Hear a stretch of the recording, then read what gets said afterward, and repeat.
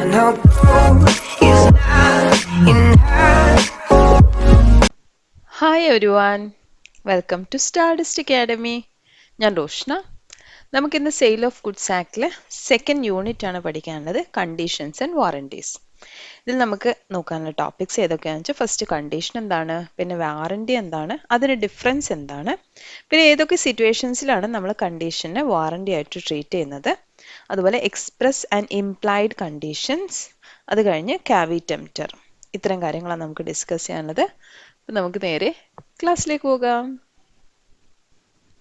അപ്പം ആദ്യം നമുക്ക് നോക്കാം എന്താണ് condition. A condition is a stipulation essential to the main purpose of the contract. കോൺട്രാക്ടിന്റെ മെയിൻ പർപ്പസിന് ആവശ്യമുള്ള ഒരു സ്റ്റിപ്പുലേഷൻ ആണ്. The breach of which gives rise to right to treat the contract as repudiated. അപ്പോൾ അത് ബ്രീച്ച് ചെയ്ത് കഴിഞ്ഞാൽ, ആ ഒരു കണ്ടീഷൻ ബ്രീച്ച് ചെയ്ത് കഴിഞ്ഞാൽ നമുക്ക് വേണമെങ്കിൽ കോൺട്രാക്ടിനെ ക്യാൻസൽ ചെയ്യാം അല്ലെങ്കിൽ റിജക്ട് ചെയ്യാം. Only when a stipulation goes to the root of the contract it is termed as continuation. കോൺട്രാക്ടിന് എസെൻഷ്യൽ ആയിട്ട് വരുന്ന ഒരു സ്റ്റിപ്പുലേഷന് മാത്രമേ നമുക്ക് കണ്ടീഷൻ എന്ന് പറയാൻ പറ്റുള്ളൂ, റൂട്ട് ഓഫ് ദ കോൺട്രാക്ടിനെ എഫക്ട് ചെയ്യുന്നതാണെങ്കിൽ. If this stipulation is not found correct or fulfilled no purpose would be served by the contract. ഇനി അത് കറക്റ്റ് അല്ല അല്ലെങ്കിൽ ഫുൾഫിൽഡ് അല്ലെങ്കിൽ അത് കോൺട്രാക്ടിനെ എഫക്ട് ചെയ്യുന്നില്ല. In such critical situation the remedy provided by law is also obviously effective. അപ്പം അങ്ങനെ സിറ്റുവേഷൻ ആണെങ്കിൽ നമുക്ക് അങ്ങനെ ക്രിട്ടിക്കൽ സിറ്റുവേഷൻ വരുവാണെങ്കിൽ ലോയിൽ റെമഡി ഉണ്ട്. The aggrieved party can treat the contract as repudiated. അപ്പോൾ ആർക്കാണ് അതുകൊണ്ട് ലോസ് വന്നിട്ടുള്ളത്, ആരെയാണ് എഫക്ട് ചെയ്തിട്ടുള്ളത്, അവർക്ക് വേണമെങ്കിൽ ആ കോൺട്രാക്ട് റിജക്റ്റ് ചെയ്യാം. അപ്പം ഇതാണ് കണ്ടീഷൻ എന്ന് പറയുന്നത്.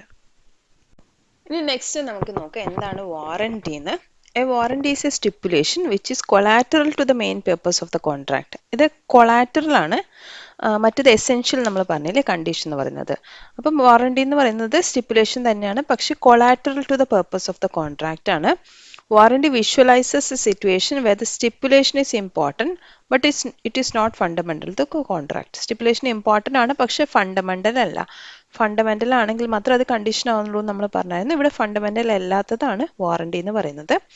The contracting party may suffer an injury if there is a breach of warranty. Warranty breach ആയി കഴിഞ്ഞാൽ കോൺട്രാക്ടിംഗ് പാർട്ടിക്ക് എന്തെങ്കിലും ഇഞ്ചുറി വരാം. But it is not as deep as which will give rise to the right to treat the contract as repudiated. പക്ഷെ അത് അത്രയും serious അല്ല, അതുകൊണ്ട് തന്നെ നമുക്ക് ആ കോൺട്രാക്ട് റിപ്യൂഡിയേറ്റഡ് എന്ന് വെച്ചാൽ ക്യാൻസൽഡ് ഓർ റിജക്റ്റഡ് ആയിട്ട് നമുക്ക് കൺസിഡർ ചെയ്യാൻ പറ്റില്ല. His right is limited to claim damages. നമുക്ക് ഡാമേജസ് മാത്രമേ ക്ലെയിം ചെയ്യാൻ പറ്റുള്ളൂ. അപ്പോൾ കണ്ടീഷൻ ബ്രേക്ക് ആയി കഴിഞ്ഞാൽ നമുക്ക് റിപ്യൂഡിയേറ്റ് ചെയ്യാം കോൺട്രാക്ട്. വാറണ്ടി ബ്രേക്ക് ചെയ്ത് കഴിഞ്ഞാൽ നമുക്ക് ഡാമേജസ് ക്ലെയിം ചെയ്യാൻ വേണ്ടി മാത്രമേ പറ്റുള്ളൂ. ഇനി നെക്സ്റ്റ് നമുക്ക് നോക്കാം കണ്ടീഷനും വാറണ്ടി തമ്മിൽ ഡിഫറൻസ്. അതിൽ ഒന്നാമത്തെ ഇമ്പോർട്ടൻസ് ഇൻ ദ കോൺട്രാക്ട്.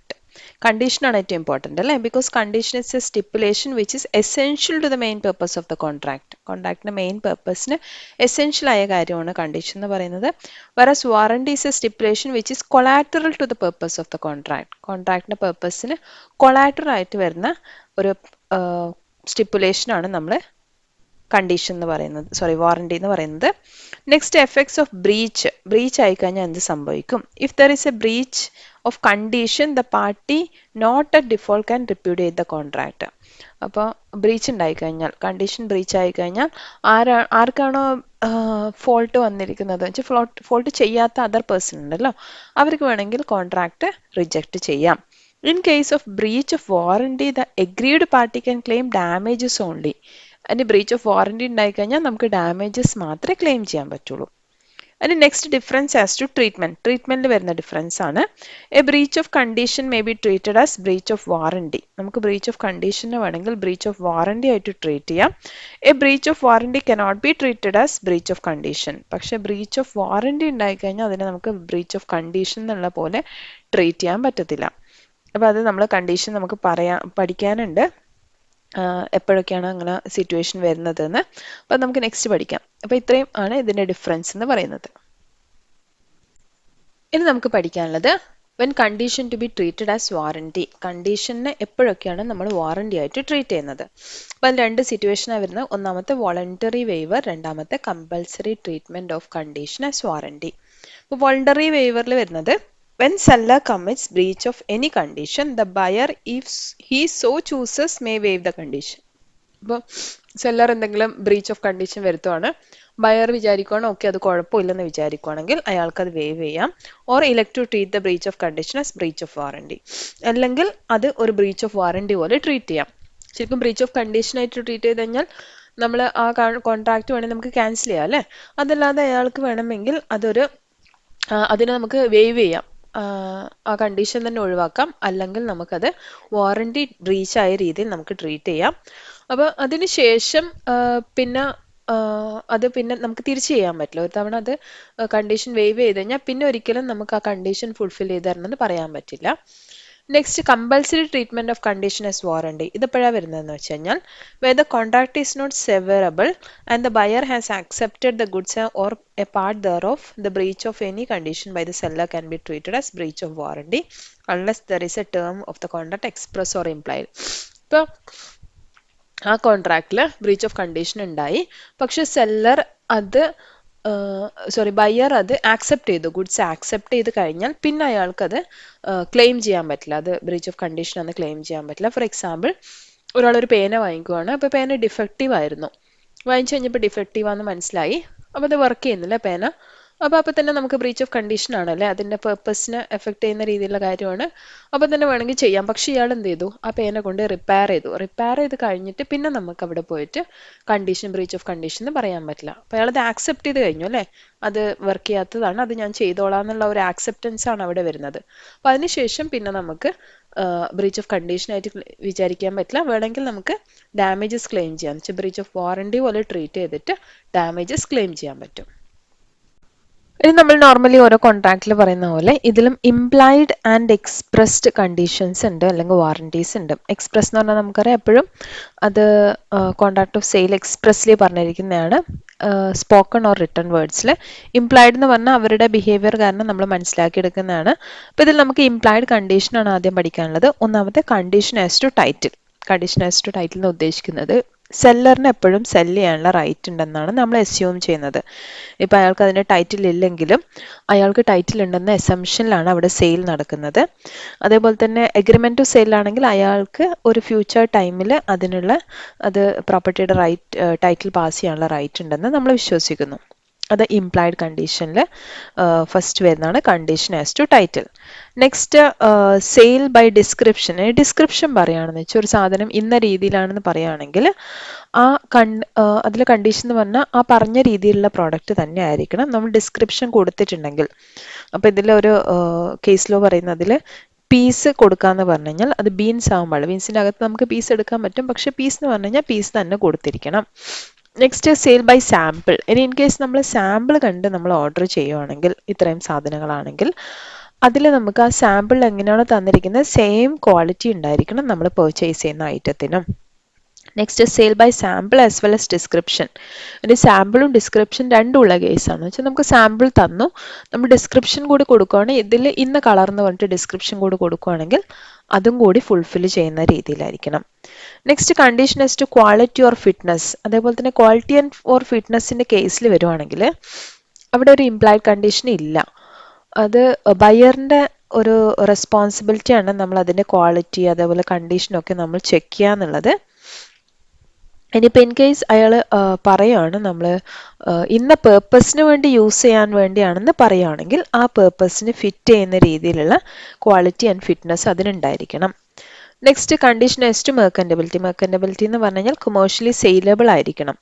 അപ്പം നമ്മൾ ഒരു സാധനം വാങ്ങിക്കുകയാണെങ്കിൽ അത് നമുക്ക് സെയിൽ ചെയ്യാൻ പറ്റുന്നതായിരിക്കണം, അങ്ങനെ ഒരു കണ്ടീഷൻ ഉള്ളതായിരിക്കണം. Next, condition as to wholesomeness. ഇനിയിപ്പം ഈറ്റബിൾസ് ആണെങ്കിൽ, ഫുഡ് സ്റ്റെപ്സ് ആണെങ്കിൽ അതിൽ നമ്മൾ മെർക്കൻറ്റബിലിറ്റി മാത്രം പറ്റില്ല, അതേപോലെ തന്നെ അത് കൺസംഷന് സ്യൂട്ടബിൾ ആയതുമായിരിക്കണം, എന്ന് വെച്ചാൽ നമുക്ക് കഴിക്കാൻ പറ്റുന്ന കണ്ടീഷനിലുള്ളതായിരിക്കണം. നെക്സ്റ്റ് പറയുന്നത് condition implied by customs or usage of trade. ഇനിയിപ്പം ഒരു പെർട്ടിക്കുലർ പ്ലേസിൽ ഇങ്ങനെ ഒരു കസ്റ്റം ഉണ്ട്, ഇന്ന ക്വാളിറ്റി ഉണ്ടായിരിക്കണം അല്ലെങ്കിൽ ഇന്ന രീതിയിൽ ഫിറ്റ്നസ് ഉണ്ടായിരിക്കണം എന്ന് പറയുകയാണെങ്കിൽ ആ കണ്ടീഷൻ ഫുൾഫിൽ ആയിരിക്കണം. അപ്പം ഇത്രയാണ് ഇംപ്ലൈഡ് കണ്ടീഷൻസ്. ഇത് കോൺട്രാക്റ്റിൽ എക്സ്പ്രസ്ലി പറഞ്ഞില്ലെങ്കിലും ഇതൊക്കെ സാറ്റിസ്ഫൈ ആവുന്ന രീതിയിലായിരിക്കണം നമ്മുടെ കോൺട്രാക്റ്റ്. ഇനി ഇതുപോലെ വരുന്ന ഇംപ്ലൈഡ് വാറണ്ടീസ്, നമ്മളിപ്പോൾ പറഞ്ഞ ഇംപ്ലൈഡ് കണ്ടീഷൻസ് ആണ്. ഇനി ഇംപ്ലൈഡ് വാറണ്ടിയിൽ പറയുന്നത് വാറണ്ടി ഓഫ് ക്വൈറ്റ് പൊസിഷൻ, എന്നിട്ട് കഴിഞ്ഞാൽ വേറൊരാൾ അതിൻ്റെ പൊസിഷനിൽ മേലെ ഡിസ്റ്റർബൻസ് ഉണ്ടാക്കാൻ പാടില്ല. സെല്ലർ പോലും ആ പൊസിഷനെ ഡിസ്റ്റർബ് ചെയ്യാൻ പാടില്ല, അയാൾക്ക് അത് ഫ്രീ ആയിട്ട് എൻജോയ് ചെയ്യാൻ പറ്റണം. Next warranty of freedom from encumbrance. Encumbrance എന്ന് പറഞ്ഞാൽ വേറൊരാൾ അതിൽ എന്തെങ്കിലും ചാർജ് അല്ലെങ്കിൽ വേറെ റൈറ്റ് ഉണ്ടെന്ന് പറഞ്ഞ് വരാൻ പാടില്ല. ഇപ്പം ഞാനൊരു സാധനം വാങ്ങിച്ചു കഴിഞ്ഞാൽ വേറൊരാൾ വന്നിട്ട് ഇത് എൻ്റെ ആണെന്ന് പറയാൻ പാടില്ല. അങ്ങനെ പറയുകയാണെങ്കിൽ അതിന് ഡാമേജസിന് ക്ലെയിം ചെയ്യാനുള്ള റൈറ്റ് നമുക്കുണ്ട്, ബയറിനുണ്ട്. Next warranty implied by usage of trade. ഇനിയിപ്പോൾ ഏതെങ്കിലും ഒരു യൂസേജ് ഓഫ് ട്രേഡ് പ്രകാരം ഇന്നൊരു സാധനത്തിന് ഇന്നൊരു പേർപ്പസിന് വേണ്ടി യൂസ് ചെയ്യുന്ന ഇന്ന സാധനത്തിന് ഇന്ന ക്വാളിറ്റി ഓർ ഫിറ്റ്നസ് ഉണ്ടെന്ന് പറയുകയാണെങ്കിൽ, എന്നുവെച്ചാൽ നമ്മൾ എക്സ്പെക്ട് ചെയ്യുകയാണെങ്കിൽ, നോർമലി അങ്ങനെയാണ് അത് നടക്കുന്നതെങ്കിൽ ആ ക്വാളിറ്റി ഓർ ഫിറ്റ്നസ് ഉണ്ടാവാനുള്ള കിട്ടാനുള്ള റൈറ്റ് നമുക്കുണ്ട്. Next warranty of disclosing dangerous nature of goods. ഇനി ഏതെങ്കിലും ഒരു പ്രോഡക്റ്റ് നമ്മൾ യൂസ് ചെയ്യുമ്പം അതിലെന്തെങ്കിലും ഡേഞ്ചർ, പ്രോബബിൾ ഡേഞ്ചർ ഉണ്ടെങ്കിൽ അത് സെല്ലർ ബയറിനെ അറിയിച്ചിരിക്കണം. എന്നുവെച്ചാൽ അതിങ്ങനെ യൂസ് ചെയ്യുമ്പം ഇന്ന കാര്യം ശ്രദ്ധിക്കണം, അല്ലെങ്കിൽ ഇങ്ങനെ സംഭവിക്കും എന്നുള്ള കാര്യം അറിയിച്ചിരിക്കണം. അത് ബയറിന് അതിനെപ്പറ്റി അവെയർ അല്ലാത്ത സിറ്റുവേഷൻസിലാണ് ഈ ഒരു വാറണ്ടി വർക്ക് ചെയ്യുന്നത്. അപ്പോൾ ഇത്രയാണ് ഇംപ്ലൈഡ് വാറണ്ടീസ്. ഇനി നെക്സ്റ്റ് നമുക്കൊരു ടേം പഠിക്കാനുള്ളത് കാവി ടെംപ്റ്റർ. കാവി ടെംപ്റ്ററിന്റെ വേർഡ് മീനിങ് എന്ന് പറയുന്നത് ലെറ്റ് ദ ബയർ ബിവെയർ എന്നാണ്. അപ്പോൾ ഈ റൂളിൽ പറയുന്നത് this rule means that it is not the duty of the seller to see that the goods he sells to the buyer are suitable for the buyer. ഇപ്പോൾ ഒരു seller സാധനം വെക്കുവാണ്, അത് ബയറിന് suitable ആണോ എന്ന് ചെക്ക് ചെയ്യേണ്ട റൈറ്റ് ബയറിനാണെന്നാണ് പറയുന്നത്. അപ്പോൾ അത് സെല്ലറിന്റെ ഡ്യൂട്ടി അല്ല. The rule of caveat emptor is laid down in the opening lines of section 16. Section 16 പറഞ്ഞിട്ടുണ്ട്. അതെങ്ങനെയാണെന്ന് വെച്ച് കഴിഞ്ഞാൽ subject to the provisions of this act or any other law for the time being in force. ഈ act പ്രകാരം അല്ലെങ്കിൽ ആ സമയത്ത് എന്താണ് ലോ ഇരിക്കുന്നത് അത് പ്രകാരം പറയുന്നത് എന്താണെന്ന് വെച്ച് കഴിഞ്ഞാൽ there is no implied warranty or condition as to the quality or fitness for a particular purpose of goods supplied under a contract of sale. There is no implied warranty or condition as to the quality or fitness. Quality or fitnessന് implied warranty ഇല്ലെന്നാണ് പറയുന്നത് for any particular purpose of goods supplied under contract of sale. Contract of sale നമ്മൾ ഏതെങ്കിലും ഒരു പേർപ്പസിന് ഒരു സാധനം വെക്കുമ്പോൾ അതിലൊരു implied ആയിട്ടുള്ള വാറണ്ടി അതിൻ്റെ ക്വാളിറ്റിക്കോ ഫിറ്റ്നസിനോ ഇല്ലെന്നാണ് പറയുന്നത്. അതിന് എക്സെപ്ഷൻസ് ഉണ്ട്. ഇതെല്ലാ സമയത്തും ഇങ്ങനെയല്ല വരുന്നത്, ചില സിറ്റുവേഷൻസിൽ അതിന് എക്സെപ്ഷൻസ് ഉണ്ട്. അതുകൂടി നമുക്ക് നോക്കാം. ഇനി നെക്സ്റ്റ് നമുക്ക് നോക്കാം exceptions to the rule of caveat emptor. Caveat ടെംപ്റ്ററിൽ നമ്മൾ എക്സെപ്ഷൻസ് ഉണ്ടെന്ന് പറഞ്ഞു. അതെന്തൊക്കെയാണ്? ഒന്ന് ഫിറ്റ്നസ് ഫോർ ബയേഴ്സ് പേർപ്പസ്. ഇപ്പോൾ ബയർ പേർപ്പസ് പറയുകയാണെങ്കിൽ അങ്ങനെയാണെങ്കിൽ അതുപോലെ പർപ്പസ് പറയാൻ മാത്രമല്ല നമ്മൾ സെല്ലറിൻ്റെ സ്കില്ലും ജഡ്ജ്മെൻറ്റിനും നമ്മൾ ഡിപ്പെൻഡ് ചെയ്യുകയാണ്. അയാൾ നമുക്ക് ആവശ്യമുള്ള സാധനം തരും നമ്മൾ വിശ്വസിക്കുകയാണ്. അങ്ങനെയാണെങ്കിൽ അവിടെ കാവി ടെംപ്റ്റർ നമുക്ക് അപ്ലൈ ചെയ്യാൻ പറ്റില്ല. Next condition as to merchantability. എങ്ങനെയാണെന്ന് വെച്ച് കഴിഞ്ഞാൽ ഡിസ്ക്രിപ്ഷൻ പ്രകാരം നമ്മൾ ഗുഡ്സ് വാങ്ങിക്കുവാണ്, അല്ലെങ്കിൽ സെല്ലർ അങ്ങനെയുള്ള ഗുഡ്സാണ് ഡീൽ ചെയ്യുന്നത്, അല്ലെങ്കിൽ ബയറിന് ഗുഡ്സ് എക്സാമിൻ ചെയ്യാനുള്ള സമയം കിട്ടിയില്ല, അങ്ങനത്തെ ഒക്കെ സിറ്റുവേഷൻസിലാണെങ്കിൽ മെർക്കൻറ്റബിലിറ്റി അതിലുണ്ടെന്ന് നമ്മൾ വിശ്വസിക്കണം, മെർക്കൻറ്റബിലിറ്റി ഉണ്ടായിരിക്കണം. Next consent by fraud. ഇനിയിപ്പം കാവി ടെംപ്റ്റർ അപ്ലൈ ചെയ്യാത്തൊരു സിറ്റുവേഷൻ എന്ന് പറഞ്ഞു കഴിഞ്ഞാൽ നമ്മൾ എന്തെങ്കിലും ഫ്രോഡ് വെച്ചാൽ സെല്ലർ എന്തെങ്കിലും കള്ളം പറഞ്ഞിട്ട് അത് വെക്കുവാണ്, അല്ലെങ്കിൽ അതിലെന്തെങ്കിലും ഡിഫക്റ്റ് മറച്ചു വെച്ചിട്ട് വെക്കുവാണ്, അത് റീസണബിൾ എക്സാമിനേഷന് ടൈം കൊടുത്തില്ല, അങ്ങനത്തെ ഒക്കെ സിറ്റുവേഷൻ വരുവാണെങ്കിൽ അവിടെയും കാവി ടെംപ്റ്റർ ആപ്ലിക്കബിൾ അല്ല. Next good sold by sample as well as description.